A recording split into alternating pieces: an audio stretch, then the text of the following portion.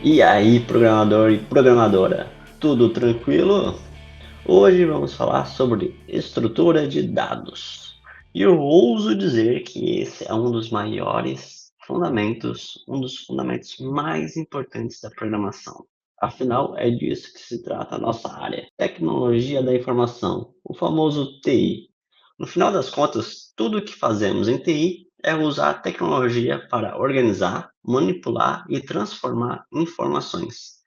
E é exatamente aqui que entram as estruturas de dados, a base que nos permite dar forma, significado a essas informações. Mas antes, aquela perguntinha marota e rápida. Quando você vai ao mercado, ao supermercado, você organiza uma lista ou vai pegando as coisas aleatoriamente? Guarda essa perguntinha aí, que vai ser importante, é o tema da nossa aula, supermercados, tá? E já vai comentando aqui, porque eu quero saber.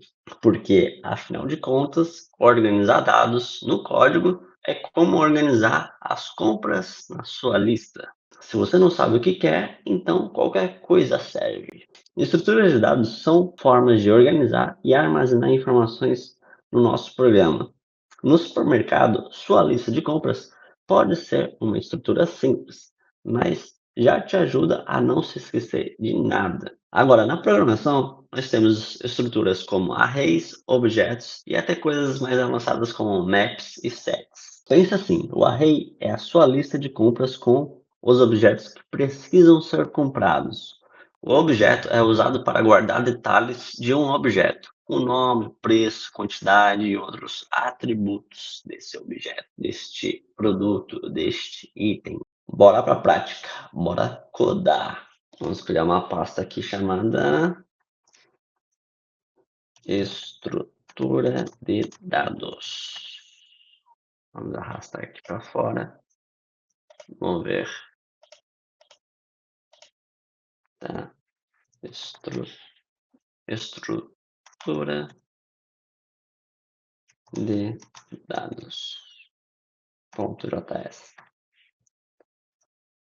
Aqui em cima vou renomear também para ficar com o mesmo nome e sem espaços para facilitar na hora de executar os comandos pelo terminal.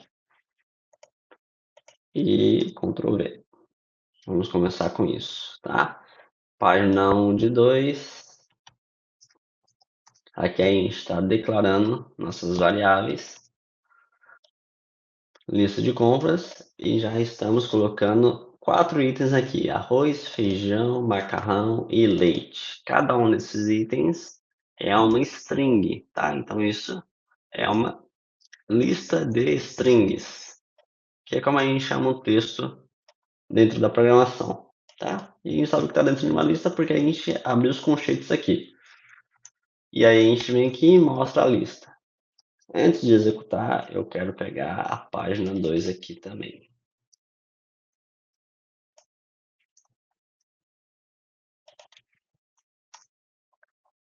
Tá? Então vamos ver o código todo. A gente declarou uma variável chamada lista de compras, guardamos aqui um array com 4 itens, damos o console log, então a gente mostra a lista, adicionando um item, então a gente adiciona o café e depois a gente printa de novo a lista, né? A gente mostra de novo a lista, né? A gente printa ela. É uma gíria aí que a gente chama, né? Printa. A gente printa a lista. Vamos lá. Pegando um item específico. E aí, no final, a gente pega um item específico. A gente coloca um. Um aqui significa que é o arroz? Não, significa que a gente vai pegar o feijão, tá? Então, o que acontece? A lista começa no zero. Depois vai para um, depois vai para 2, depois 3, depois 4, depois 5, né? 0, 1, 2, 3. Depois a gente coloca o café, fica o 4 e o 5 não vai ter nada. Então, paciência, né? Vamos colocar um aqui, tá? Então aqui, ó, a gente está pegando um item específico. Se você reparar aqui, quando eu faço console log sem os conceitos, e eu vou printar a lista toda. E se eu coloco entre conchetes o número, eu pego um item específico, tá? Vamos ver como que isso funciona na prática. Node, estrutura de dados.js e enter.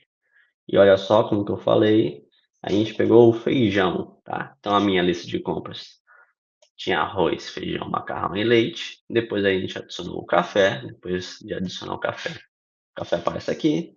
E o feijão é o segundo item da lista, ó, viu?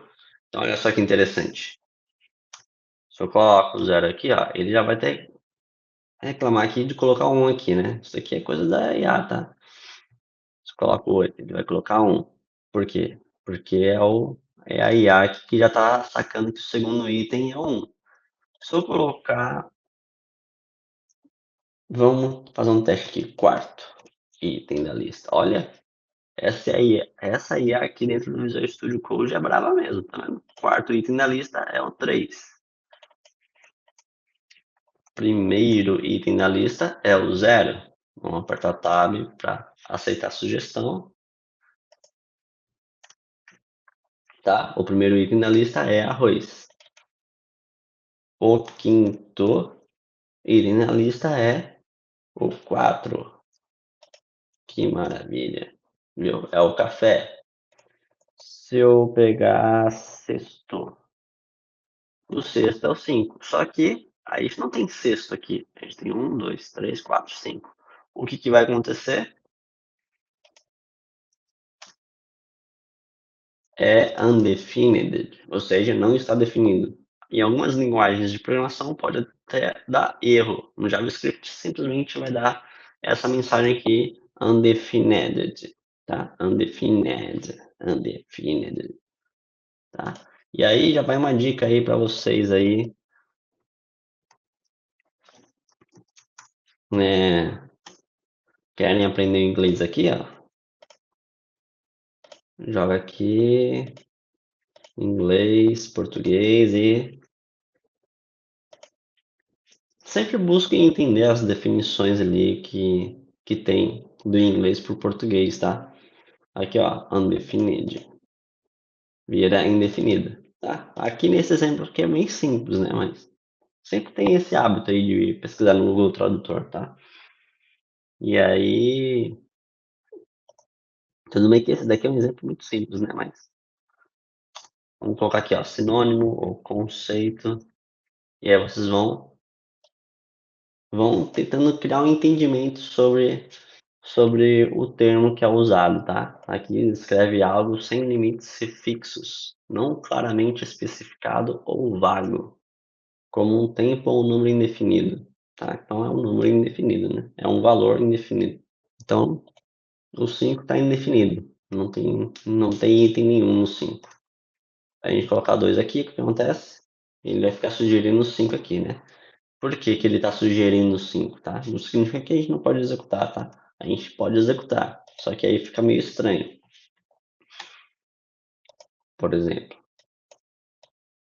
vou estar dando esse bugzinho aqui do layout de novo. Ctrl J ou Command J, tá? O que que acontece? Por que que ele estava sugerindo colocar o 5 aqui? Porque o sexto item da lista é, né? Então, tecnicamente, o sexto item da lista é o 5, não o 2. Ele fica meio descoerente aqui. O sexto item da lista é macarrão. E não é o macarrão, né? E, na verdade, ele é o terceiro. Terceiro,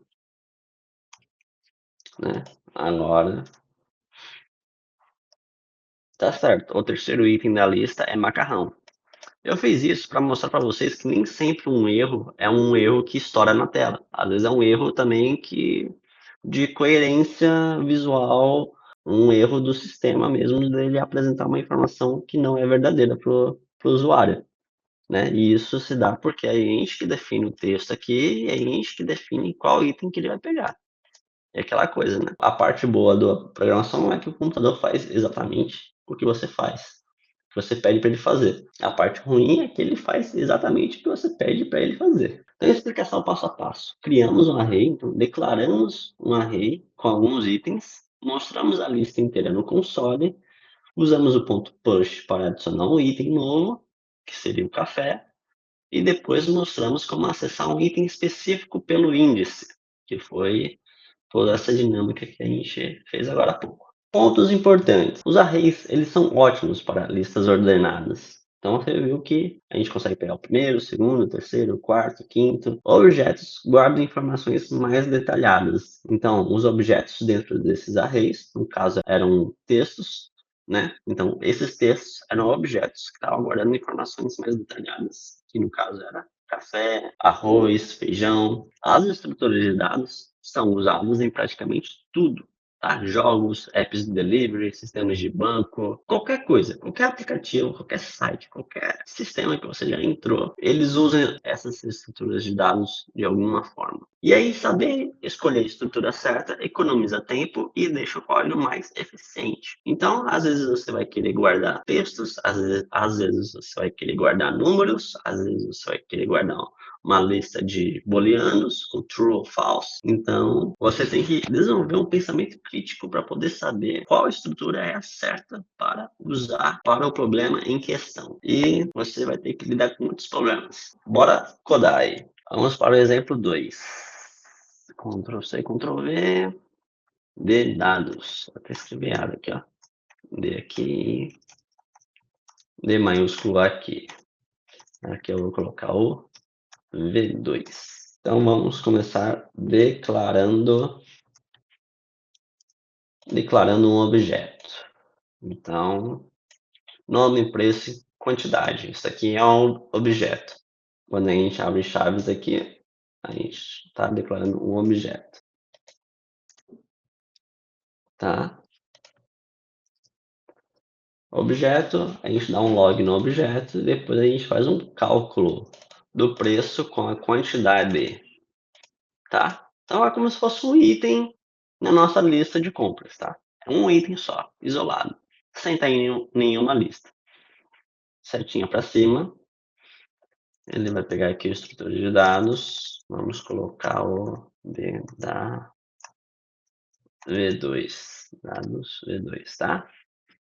Então olha só que legal, a gente já está conseguindo fazer um cálculo aqui com o nosso produto, arroz. Então preço 25,90, quantidade 2. 2 vezes 25, 51,80. Olha só, bom demais. Agora, se a gente combina isso com isso aqui, a gente tem o arroz, feijão, macarrão e leite. Vamos pegar o feijão, produto 2, tá? Então aqui a gente tem que ter o produto arroz e o produto feijão. Ele já tá me sugerindo. E ele já até tá dando uns valores aqui interessantes para usar, né? Tá? Então, produto 1 e o produto 2, tá? E aí o que acontece? Você está printando arroz, está printando feijão isoladamente, mas você pode criar uma lista de compras. Lista de compras. E adivinha só o que ele está sugerindo para nós? Criar um array, tá? Declarar um array, tá? Com esses dois itens, produto arroz e produto feijão. Da mesma forma que é feita aqui, arroz, feijão. Só que aqui a gente só tem um texto, não dá para calcular, não dá para saber quanto que é o total da nossa lista. Aqui a gente consegue, tá? E aí, se a gente for vir aqui no V2 ou no V1 aqui, do for, a gente pode pegar essa estrutura aqui do for, pegar aqui, jogar aqui, e olha só que interessante, né? A gente pode fazer do i 0 até o i, pronto, já sugeriu aqui pra gente. Lista de compras.length. O que significaria esse length, tá? De novo, vamos lá no Google Tradutor. Agora a brincadeira vai ficar mais séria. Se você já manja um pouco de inglês, você já deve ter sacado que length é comprimento. Mas se você não sabe, você pode jogar aqui no Google Tradutor e você entende que é o comprimento da lista. A lista tem um comprimento. 1, 2, 3, 4. É o tamanho dela. Então, do zero até o tamanho dela, a gente pode substituir esse carinha aqui da abertura da balada por esse carinha aqui do cálculo, né? Só que faltou uma coisinha aqui, né? Que aqui só tá produto. E aí a gente tem que pegar o índice aqui, né? Lista de compras. Coloca o i. Então o i começa com 0, depois começa com 1. Então vamos aplicar a sugestão dele aqui, tá? E vamos aplicar a sugestão de texto também, né? Que antes estava total a pagar pelo arroz e agora vai estar total a pagar pelo. Ele vai pegar o nome do produto e vai dar um total. Perfeito, né? E aqui embaixo a gente. Essa sugestão aqui dele aqui não gostei, tá? Vou dar um ESC. Que a gente pode fazer o seguinte: colocar um let total aqui igual a 0, né? Total da compra igual a 0. E a gente faz o que? Total da compra mais igual a total. O que isso está fazendo? Tá? Ele começa em 0. Você calculou o total do produto, tá? Que vai guardar aqui, então ele está destacando aqui, total. Ele vai somar com 0 aqui, tá? Primeira vez. Depois, quando ele executar de novo esse for, o que ele vai fazer? Ele vai pegar aquele total da compra que já estava somado com o produto anterior e vai somar novamente com, com o segundo produto. E ele pode fazer isso várias vezes. O que eu sugiro é que você crie o produto 3, 4, 5, 6, 7. Aqui é para você ver isso acontecendo na prática, tá? Ele está querendo sugerir uma coisa aqui que eu não sei o que é, então vou apagar aqui, total da compra.